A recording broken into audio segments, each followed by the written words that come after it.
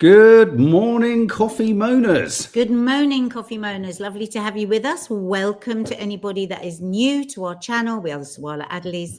We got so much stuff going down on this channel. So do have a look around at our vlogs, our movie reviews, our cookery shows, our gardening shows. We've got everything going on. We are basically like a TV channel because we do all sorts of different things. Yeah, do check out last night, How to Stay Married. Very funny. Once again, how we ever come out or emerge from those chats together. What were we doing about when you shot it? How you'd live your life if I died. Oh, yeah. Yeah, that sort of thing. No, how you'd live your life if I died. How you'd live your life. And then it became about how you'd live your life. Yeah, so just... Oh, no, yeah, you asked me. And in fact, I never answered. Only you did. You said no more men. Can't do that. Can't train another one. Yeah. So guys, hit the subscribe button, please. It doesn't cost you anything and it helps us out. And also the notification bell, so you can be notified when we're uploading videos or lives. Or quite often we do a live late night about Gaza. Did we do one last night? Yes, we did. The days are just rolling into one another. About, Chris Smalls on the handler. Yes. Oh, and good news, Chris Smalls is out. That's all we know at the moment. They've only just announced that, so he is out. Pretty certain there'll probably be an interview with him at some point today. So yeah, Chris Smalls, who was one of the activists on the Handala Freedom Flotilla trying to break the siege in Gaza. Just to get us all in the mood, I just want to take us. I want us all to imagine. Just close your eyes for a minute. Okay.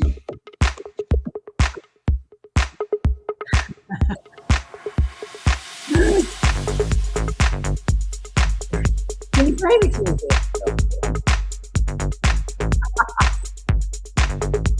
It's so creepy and weird. I like it.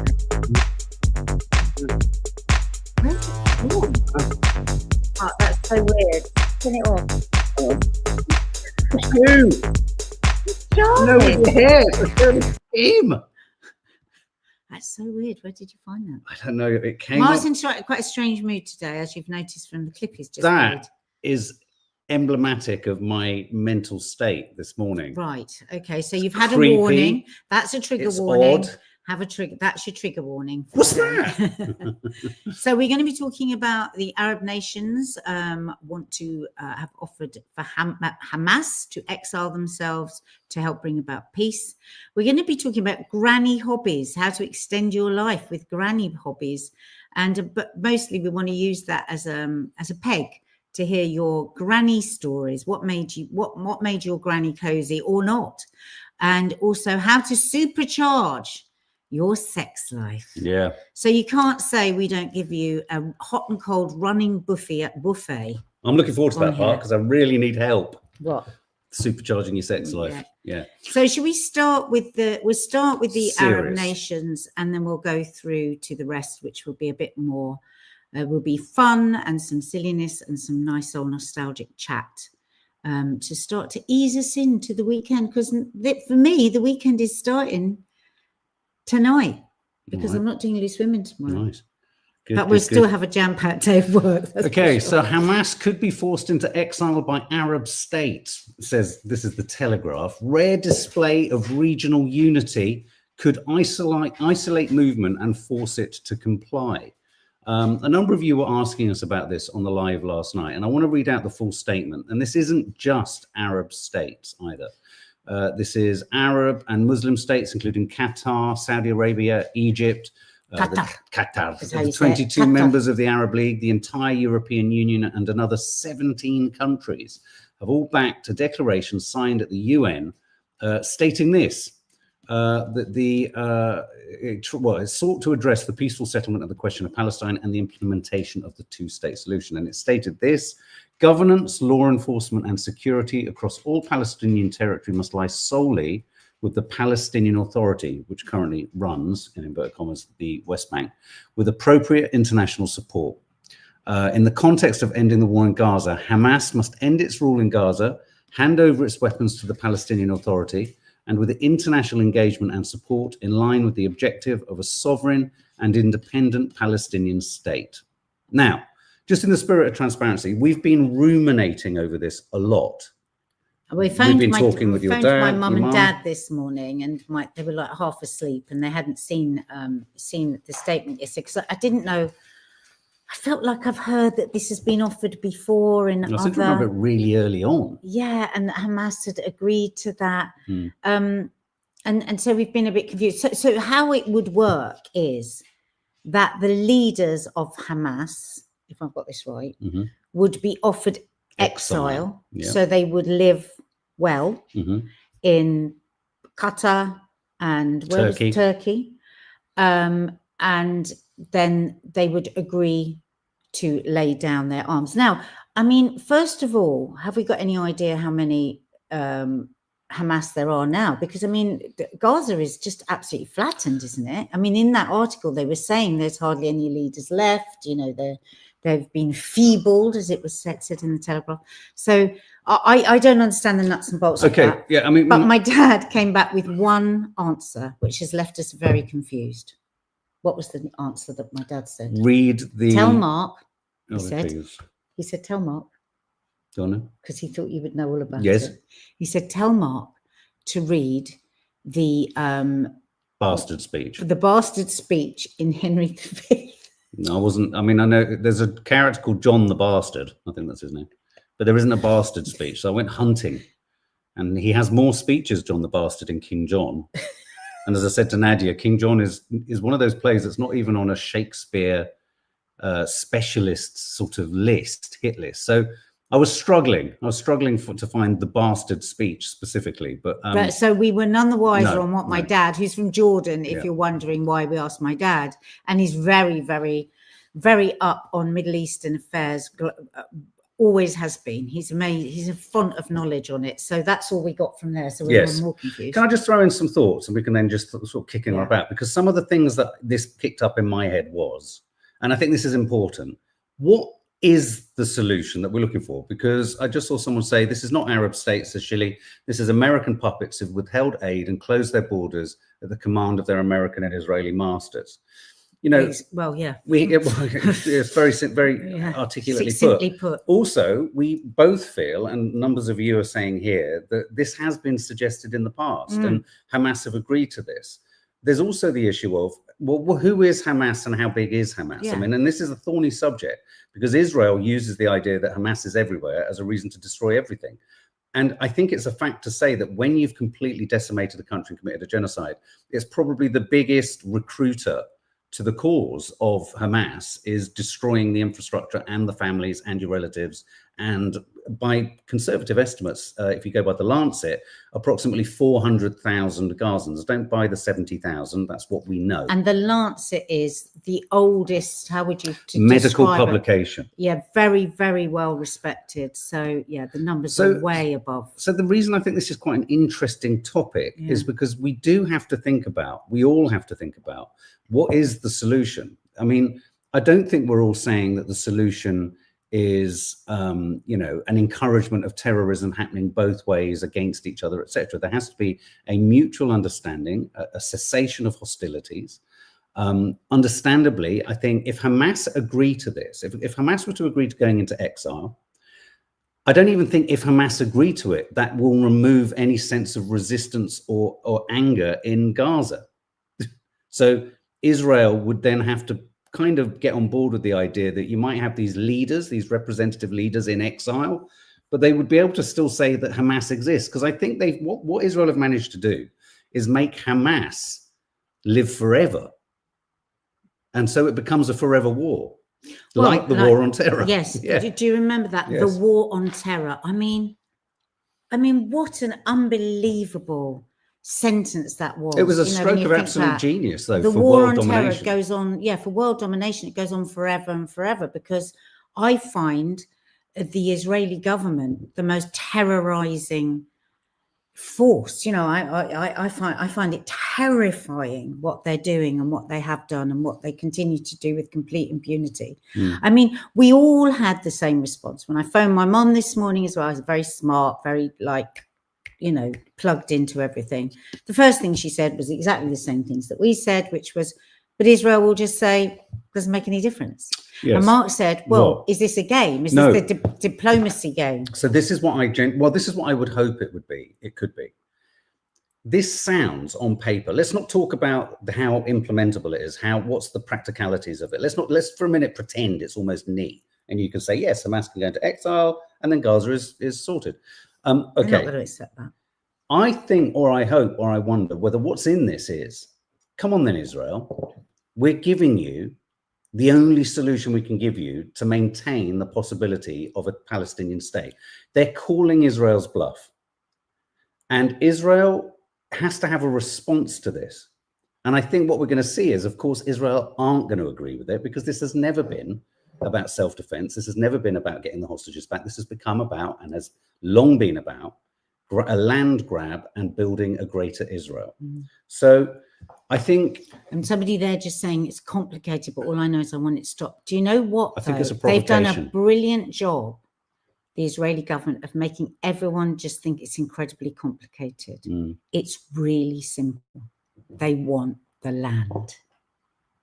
And they've almost got it.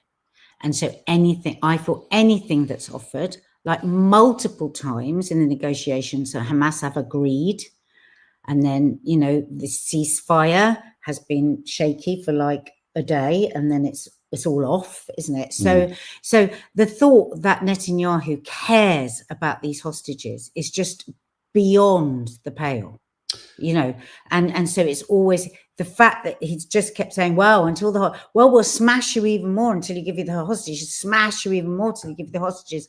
They're going to say, they'll always find an excuse, because it's really simple, just about the land.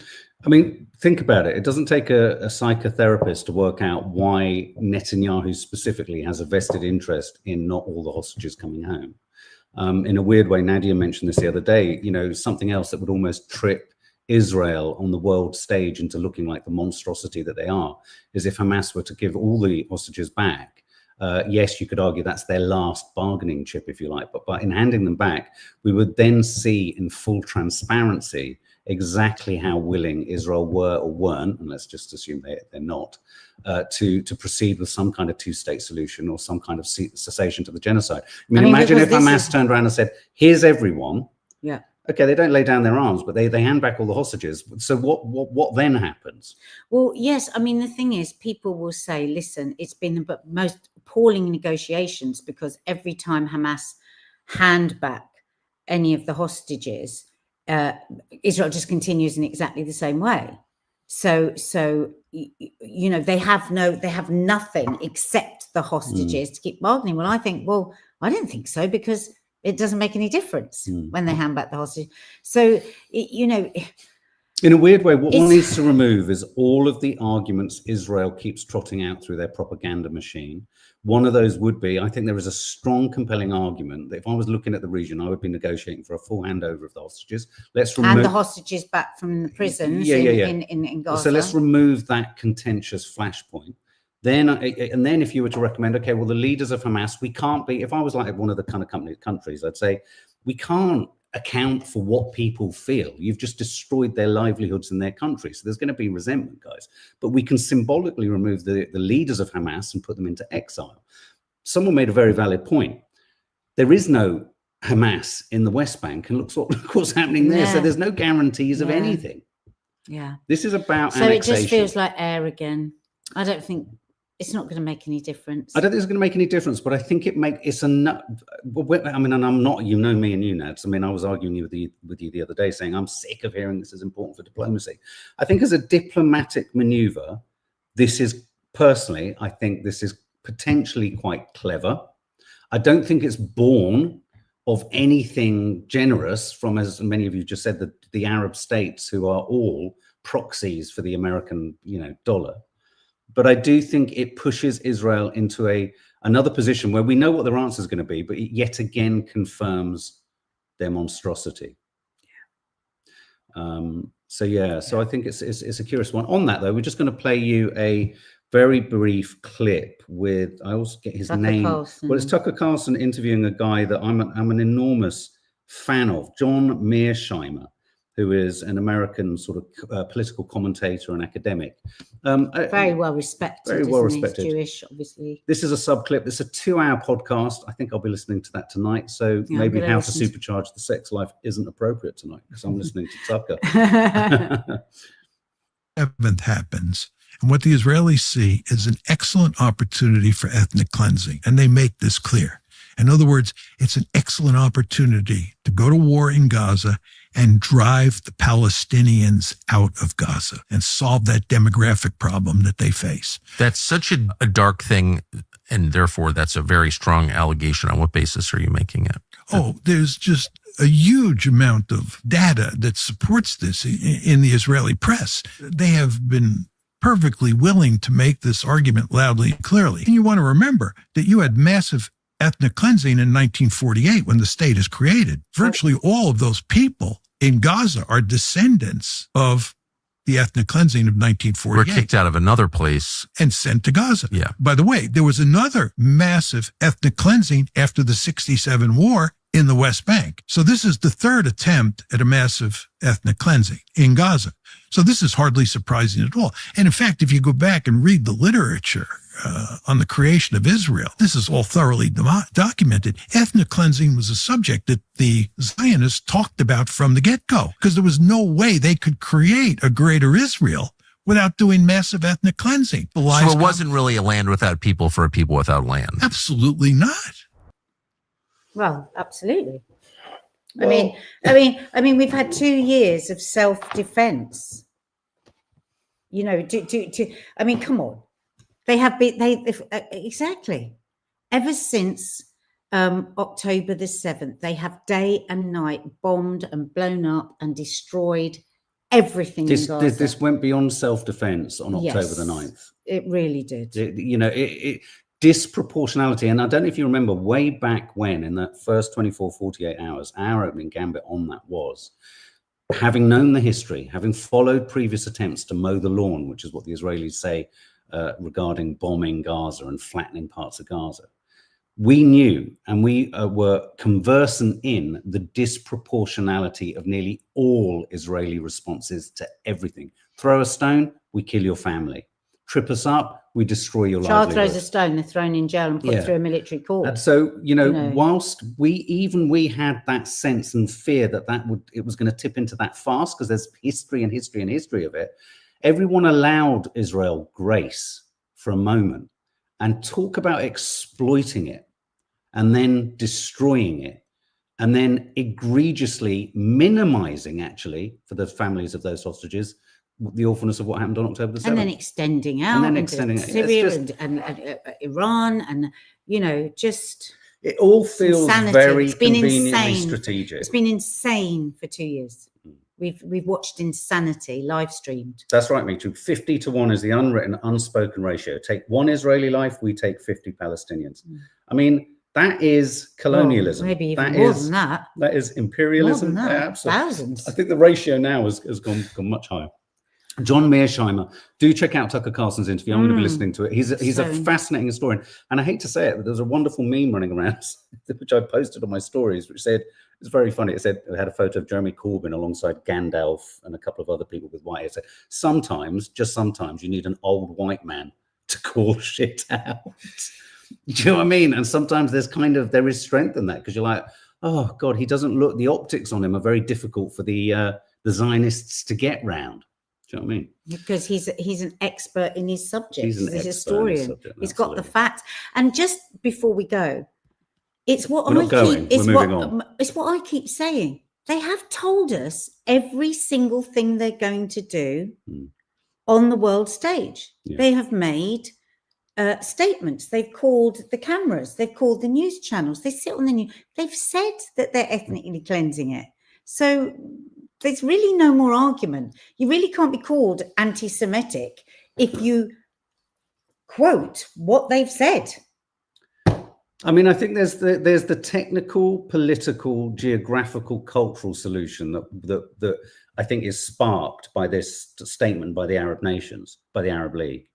But then there's also the spiritual, moral, ethical, and cultural consequence of what's happened. And that consequence is the world, for sure, humanitarians in the world. And of course, there's many people without hearts, but anyone that we would value's opinion looks at Israel and sees it for what it is.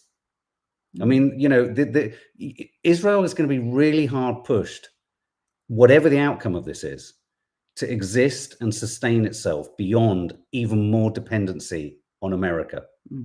Really. It is America. I mean, it is America. It is America. It's America's aircraft hangar. It's a dysfunctional state because it can't exist without the support of America. Yeah, it has to be fully funded beyond any funding that actually goes on in America almost. Anyway. Should we have a little dog photo before we move on? Let's move on. So. Dogs get high when you rub their ears real good. It's really true. Let's try this. Hang on, let's just... Hey, baby. Is that nice? Don't you think that's cute? I just said I was bad at massage the other day. I got really offended by that. Well, you are. It's not a gift. You go like this, because I said, "Oh, can you do my neck?" He goes, "What? Yeah, but where? we were in a car. You we lay were your en route hands. somewhere. You just lay your hands, and then you. I like doing that, but we were en route somewhere, and I No, was we trying to weren't. help you. We were sat in a cafe. Yeah, exactly. I We were had a in stiff public. neck. No, we were in a place which was a bit odd, and we were rushing to Pilates. That's we were. God, we sound so bloody middle. Fucking hell, Tarquin. Rushing. to Pilates. Anyway, if you stroke your dog's ears properly, they get high. Hi, baby, hi. Don't know what's making Chi-Chi high, because it's making her wet herself as well. Oh, God. Right. Okay, let's move on to grannies.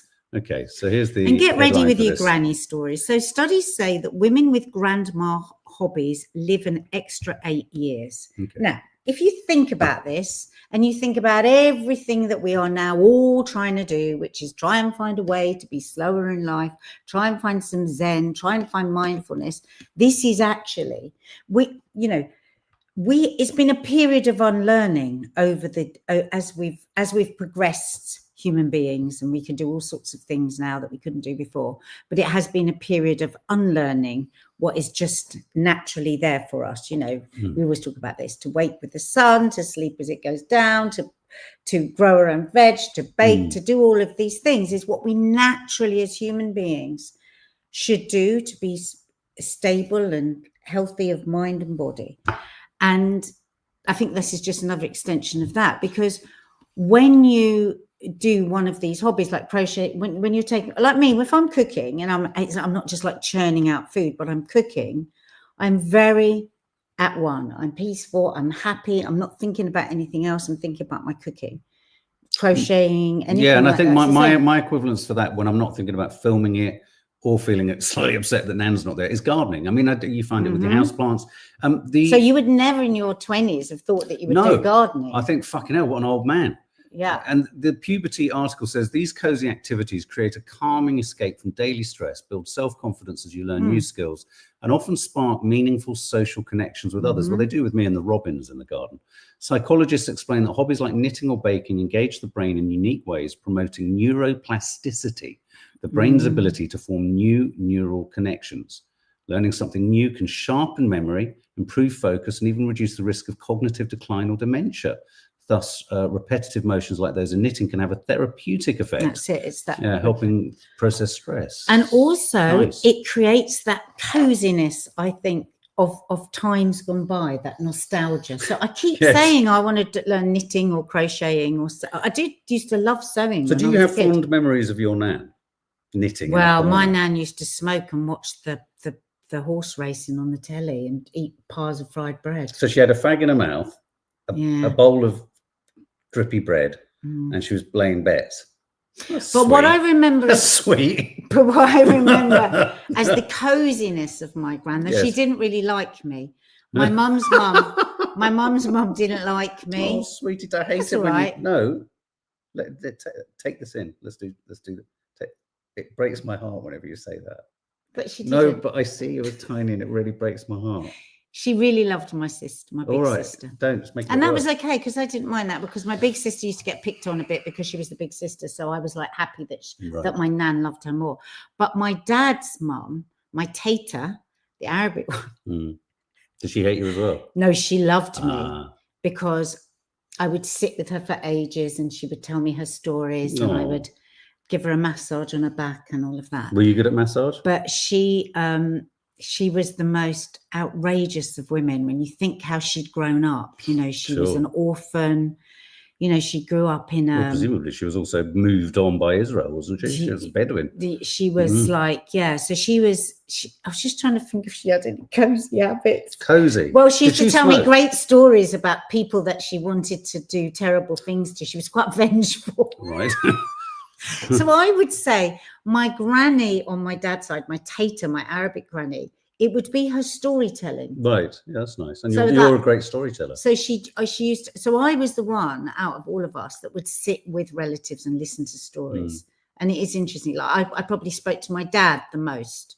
I was always really, you know, me and my dad would have long conversations. And also when my uncles and cousins would come around, we would talk. I liked being part of the conversation. Yeah, I mean, those kind of hobby things. When Nadia, you know, said, but what about with your nan? My nan did nothing like this at all. She did make you fish paste sandwiches. She made me feel so, yeah, the food was hideous and horrendous, but it sustained me, kept me alive. She bought cake. Good cheap cake. Which I mean, the thing was, it wasn't that she had hobbies, but all the aspects of her. So like her granny blouses, I felt safe around the granny blouse. I mean, she was a great She didn't nan. have a hobby though, no? No, she had no hobbies. Could she whatsoever. knit or No, crochet? she could, but she got bored. I think she was a bit ADHD. She got bored. She wouldn't read. She got bored of gardening. She didn't see the point of anything. She'd often say, like my granddad would always go for a walk. So I always think of my granddad when I go for a walk, because I always remember looking around. Well, and that's looking up kind of would be seen by a younger person as a. But my nan would say, "Oh, Gordy, what's the point? You get out of the car, you start to walk, and you're only going to come back anyway." Well, she said she would have liked it if they were going to have a cup of tea at the end. Yeah, she But liked he was a purpose. miserable git, and he'd go, "Why are we going to have a cup of tea Yeah. when we can have one at home?" Yeah. And I'm like that. I like to have a cup of tea or something or an ice You like cream a at the end of my destination. walk. Yeah. Yeah. So, what about you? Do any of you or your granny's memories? What lots of Raspberry I knew you Mojito guys Girl would love said, "My this. granny wore tabard all the time. Always had sweets too, humbugs, etc." Oh, in a tabard. What's a tabard? You know those pinnies that go up the front. Wow. So yeah. Oh, me too. My grandmother's side had 8 kids. Good God. They all think they were the most hated one. Oh my God. No, my that's so sister sweet. Dina knew she was the loved one. Carol Beach, we used to do my maternal granny's makeup. She'd put that Bourgeois rouge. Oh, that's my favourite And bourgeois. never blend it and only powdered her nose. She wore heels. I love the way none Oh. of these grannies actually so No, far yeah, have no, had a had a granny. hobby. Have had a granny hobby. Steph Schultz, my nan, Kipling's horse racing, my granny home baked, Aw. knitted, sewed. There we go. There you go. Yeah, I would have to.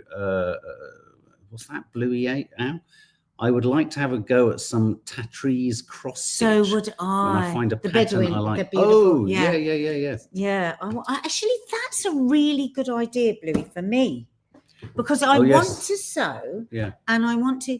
There's oh God, Palestine House in London, which I've been meaning to go to for the Oh, last Zoe, 2 lovely years. It's a Zoe's. beautiful. We knew Zoe that you would Yeah. have something to say.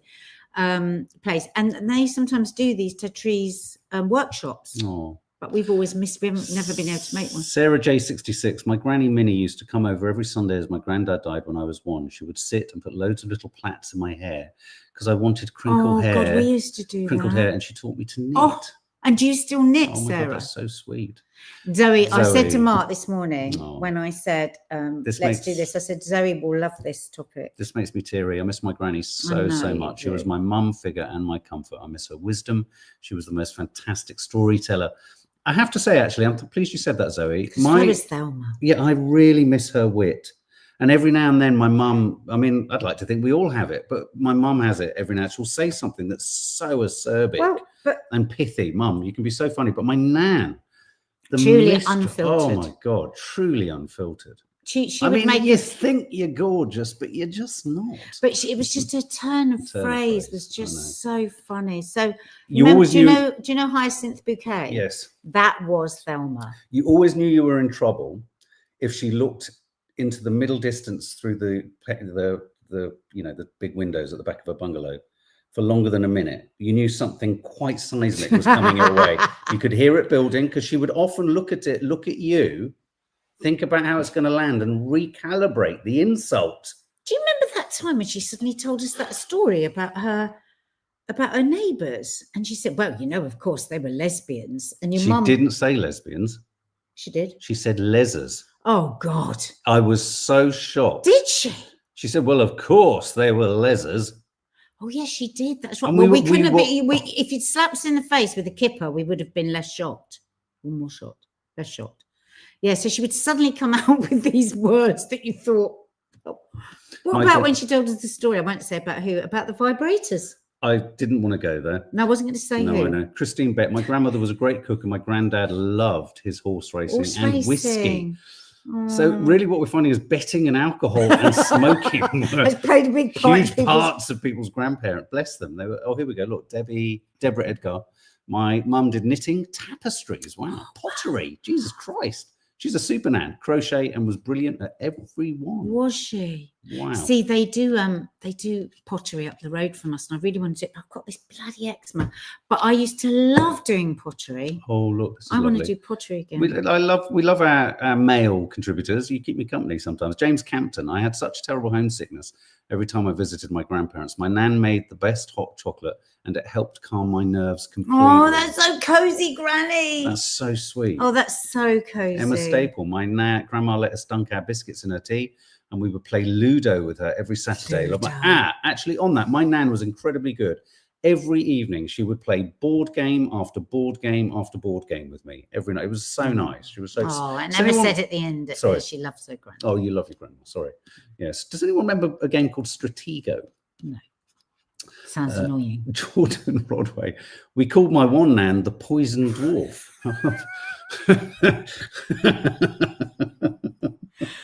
Wasn't Oh, nice, hang and on. I've been taller I feel than a her lot- I feel- since I like feel a 11. lollipop moment coming. It's very difficult when you have a nan. I mean, I'm not going to say who, but there was the grandmother of a family on one side, paternal grandmother on one family.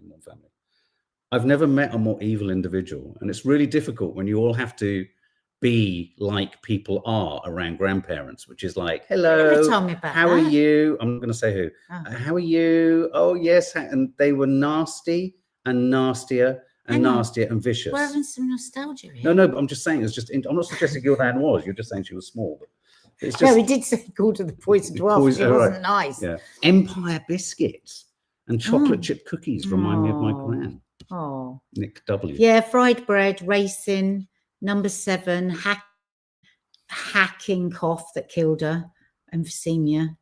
Wow. Oh, here we But go. I remember her letting us murder slugs with salt. Dina and I would spend ages murdering slugs. What would she say to you?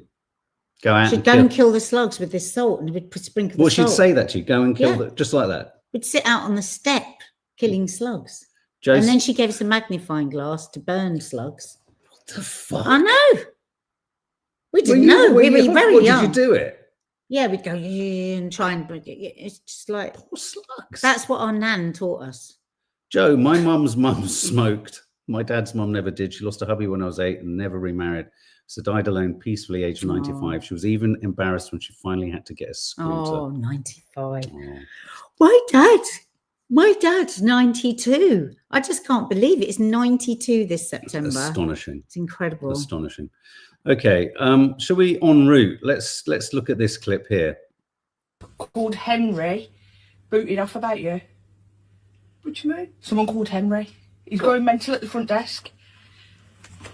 Real? No, honestly, he said he's that little lady here with the glasses. Who we say? Henry! One of the residents. He said you've been slagging his mum off. Oh, fuck. I've had a fucking face. So, Henry. Okay. Right. She was so ready for the Fucking bit of happening. Did you really think Henry was at the desk? Got no danger up, Karen. more dangerous, Karen. You got my Never seen you move so fast. That would have put the ocean on the cake. I swear to She did. Jesus. I love the way she didn't know then what to do because she was like, "Shall I just kick the Hoover in?" She was going to fucking smash someone's face in. She was obviously just so Fucking fed hell. up with life and so many others. I remember my nan used to stand behind my granddad. I call my granddad dad, but I used to stand behind my dad's chair and she would do this. So your granddad, Gordon, right, would be watching the telly, Yeah. and she'd come in, she'd go, Did he never catch her in the reflection? No, but I felt really privy to something awful. So I'd be sat watching, I don't know, that. swap shot, and I'd be like this. I'd be watching, I go, and then I'd look at Dad, and I think there was a contrast of innocence versus horror. It was awful. God. But she It's like when Dina used to stab the chopping board. She'd go like that with a knife. like she staples our table. Don't. I'm pulling the staples out of the hall at the moment, guys. You do not want to know. It's going to take the rest of my life. James Campton, I love her battle-ready face. Yeah, I know. But then she didn't know what to do with herself afterwards. You want some? She had I'll all give it that you. rage, she had all that adrenaline, and it went to waste. She's probably whipped around and cleaned that whole building in half the time. Okay, I've removed the music from this because the clip is so sickening. I just want to show you this couple. Use the get to GET technique for the next 7 days and watch your sex life go from yeah to mind-blowing.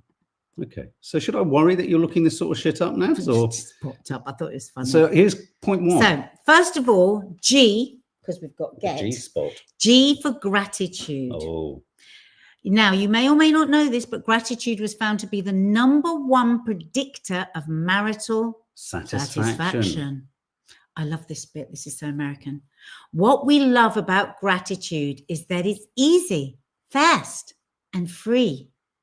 Well, it's not easy, is it? not really. Gratitude's very bloody hard. Gratitude's really tough. Because you have to stop yourself and just go, oh, come on, let's be Yeah, grateful. be grateful. So it goes on to say that, you know, that one of the greatest tragedies of being in a relationship is choosing to spend your life with another person, but winding up feeling invisible to them. Sweetie. So practice seeing each other, appreciating each other, even when times are tough. It can really be as simple as, I saw you took the trash out. Thank you. That's okay.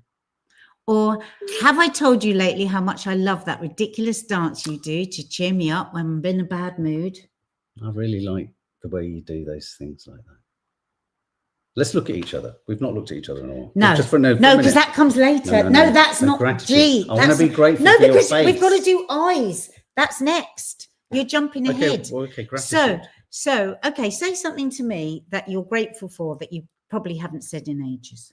I'm so grateful for the way in which you ensure that we all are fed. Oh, Yeah. that's very nice. In a beautiful way. You do it with consideration. How you've done it for years without wanting to hurl a plate at any of us. But we are all I mean, the girls are too, incredibly grateful. Thank you for always doing the rubbish. That's okay. Sorry when Croydon Council failed to collect the rubbish. But yeah, okay, I wasn't going to say another thing because it's going to turn into an argument. I've also, I don't know if you've noticed, I have started to pick up the cardboard rolls of the toilet Yes, roll. okay, we're not going to stop. No, you didn't. I had to take 2 off there yesterday too. That's the You let only them day pile. that it's happened. So guys, let's hear what are the sort of things that you would like your partner or even your kids to say, I'm grateful for. What leaves you feeling invisible? What jobs leave you feeling invisible? Christopher Condell says, Men I and think women. Nadia is ready to say apple crumble literally at any second right now. It's coming. Yeah. Hi, loved your photos, by the way, Chris. Mayo, this is some feelings stick bullshit. Now, Now, okay, Mayo, Maya, I'm come going to say on. to you, I'm very grateful for often giving us the really like succinct breakdown when we are in any kind of fug about the younger generation or scientific facts. And I'd like to say I'm very grateful to you for that. Emma, yeah, absolutely. I'll chime with that, Maya, absolutely. And Emma Staple says, can I say it without being sarcastic? I'm going to say something else. What you've got to try and say. I'm going to say something to you. I love this. Emma's giving you a Yes. challenge. I'm really grateful for how you can bounce back and recover from, you know, a sort of mental health issue or whatever one's going through, I'm going through. And I promise that I will listen to you more when you flag it up. Thank you. But I am great. I'm incredibly grateful for that. Thank you. Yeah. That Yes, wasn't sarcastic. That is something that I feel, and we've spoken about this in the past, I do feel you don't see, you know. I see it. Thank you. Okay. Here, let's read a couple more and then we'll move on Fun to times E. forever. I wish my son would say how grateful he is that I tried to stay patient and not get Yes. angry with him, even if he's being selfish or a complete plonker. Fun times forever, son, right?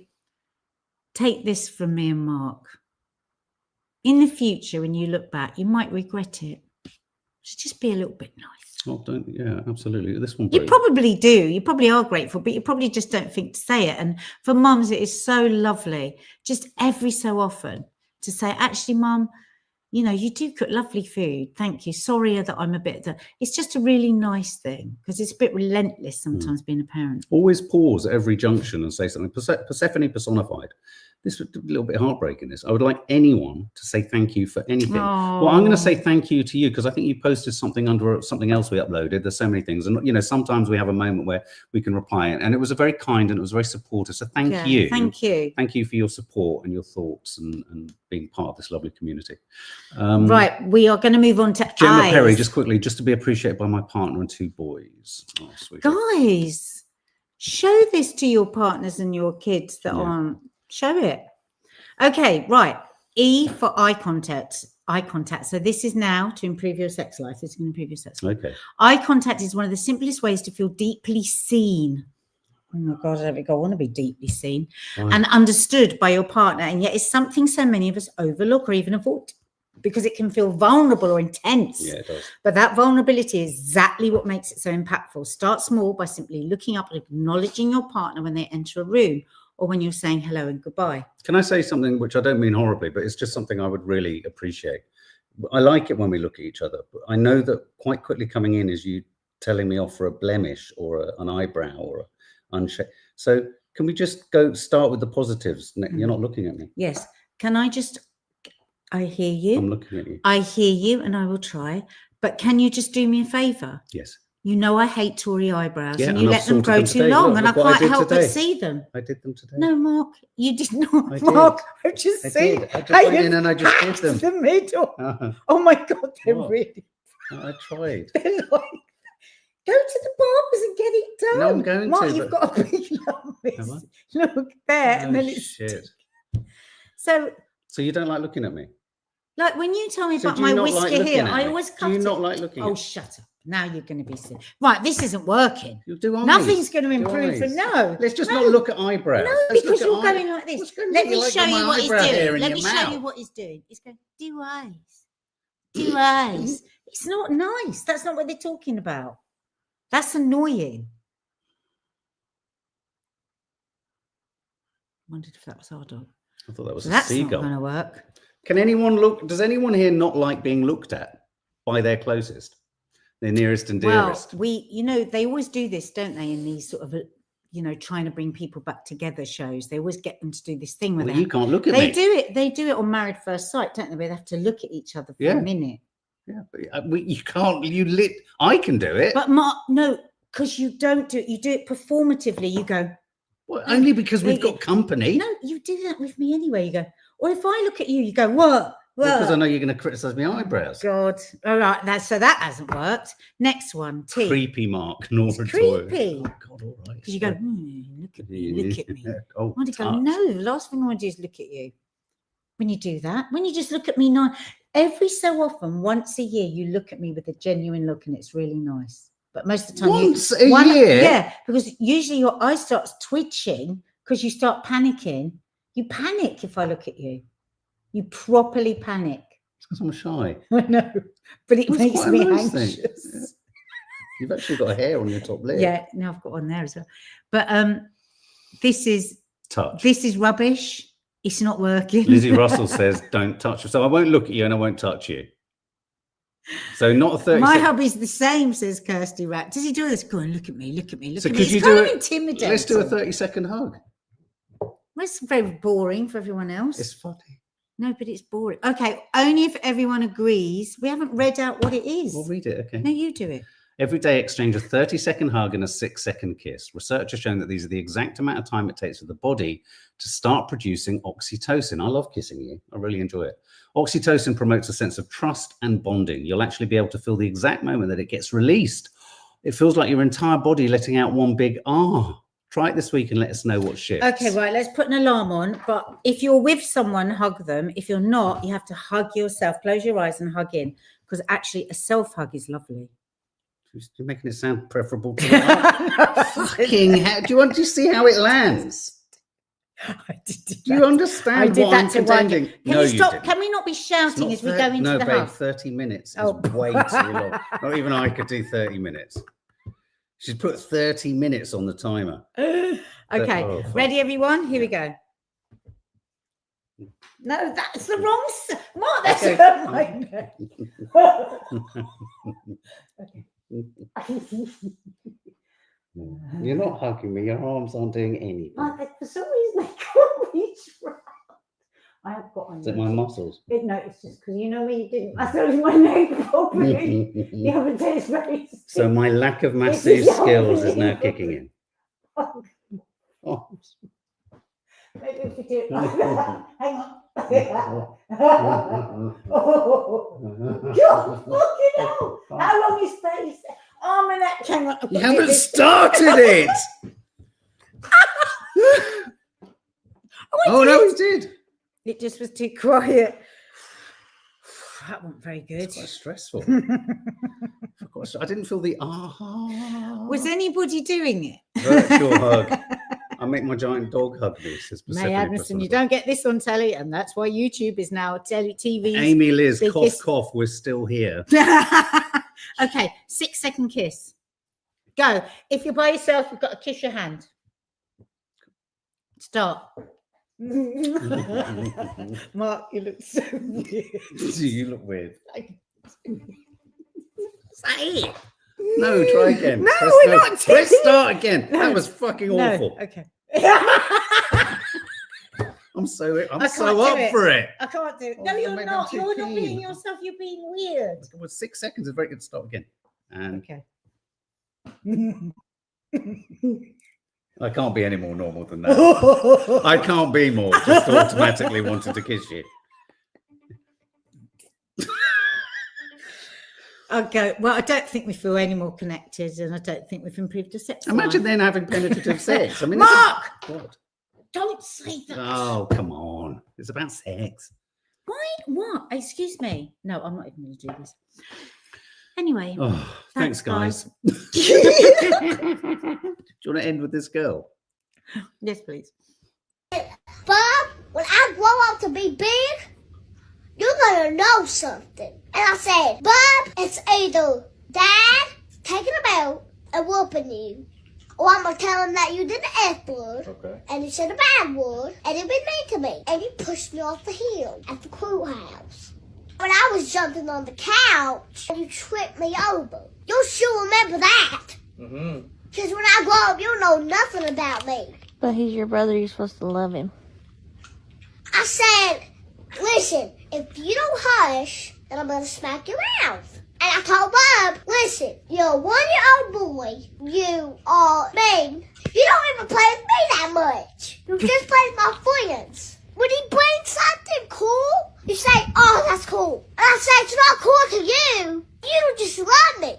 You play with other kids. He gave me his drink. I said, I'm about to pour it because I took the lid off.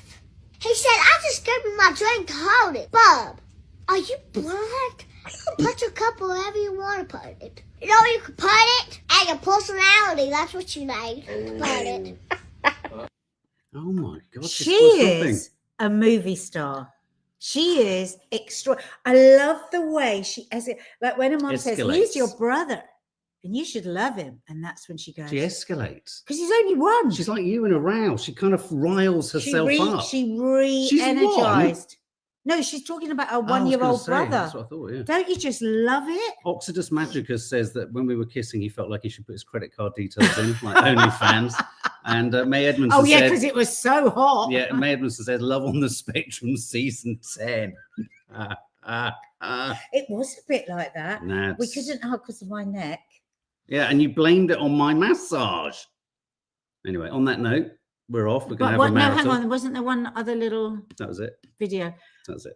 Oh, that was it. Yeah. But what do you think of her, though? She's so sweet. Oh, God, I loved her so much. So sweet. Okay, guys. Something else will be landing later. Don't know what. Take care. I'm Have a now good day. going to remove staples from the hall for the rest of my life. Fantastic. I'm going to try and kiss her for 6